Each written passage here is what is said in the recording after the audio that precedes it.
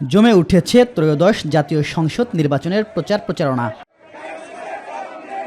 রাজধানীর বাড্ডা থানার ব্রাইদ এলাকায় গণসংযোগ করেন ঢাকা 11 আসনের বিএনপি মনোনীত প্রার্থী doctor M A. Qayyum. Election engineering হলে জনগণকে সঙ্গে নিয়ে প্রতিহত করা হবে বলে জানান তিনি। স্বৈরাচারের দুঃশাসনটা প্রশাসনের রন্ধে রন্ধে আছে, তাদেরকে চিহ্নিত করে নির্বাচনী দায়িত্ব থেকে তাদেরকে প্রত্যাহার করে লেভেল প্লেইং ফিল্ড করতে হলে এই দূষণদের ব্যাপারে তদন্ত করে যথাযথভাবে ব্যবস্থা নিতে হবে। রাজধানীর খিলক্ষেতের বিভিন্ন এলাকায় নেতাকর্মীদের নিয়ে গণসংযোগ করেন ঢাকা 18 আসনের বিএনপি মনোনীত প্রার্থী SM. Jahangir Hossain.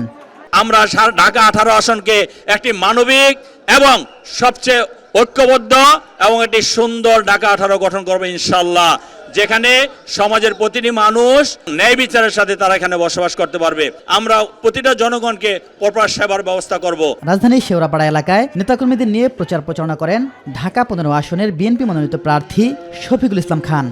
United national health care solution শিক্ষা ব্যবস্থা শৃঙ্খলা এবং গুণগত মান ফিরিয়ে আনার জন্য আমি এখানে 15টি অঙ্গীকার করেছি। মাদক সন্ত্রাস এবং চাঁদাবাজের বিরুদ্ধে জিরো টলারেন্স এবং গ্রিন ও ক্লিন ঢাকা 15 আসন আমি উপহার দিতে চাই। অন্যদিকে রাজধানীর কলাবাগান ও এলিফ্যান্ট রোডে প্রচারণা করেন ঢাকা 10 আসনের জামাত মনোনীত প্রার্থী অ্যাডভোকেট মোহাম্মদ জসিমউদ্দিন সরকার। ব্যক্তি পরিবর্তন হয়েছে, আপনি লক্ষ্য করছেন, যারা টেন্ডারবাজ ছিল, চাঁদাবাজ ছিল, তারা দেশে নাই পালিয়ে গিয়েছে, কিন্তু টেন্ডারবাজি চাঁদাবাজি এখনো বন্ধ হয় নাই। জনগণের প্রত্যাশা শুধু ক্ষমতার পরিবর্তন নয়, এই টেন্ডারবাজি চাঁদাবাজি দখলবাজি অবশ্যই বন্ধ হইতে হবে। লেভেল প্লেইং ফিল্ড পুরোপুরি তৈরি হয়নি, ভোটাররা উদ্বিগ্ন, আমরা উদ্বিগ্ন। এদিকে ঢাকা 7 আসনে গণসংযোগ করেন জাতীয় পার্টি মনোনীত প্রার্থী মোহাম্মদ সাইফুদ্দিন আহমেদ মিলন। এ সময় নির্বাচন কমিশন পক্ষপাতিত্বমূলক আচরণ করছেন বলেও অভিযোগ করেন তিনি। এখানে সন্ত্রাস চাঁদাবাজ তো লেগেই আছে।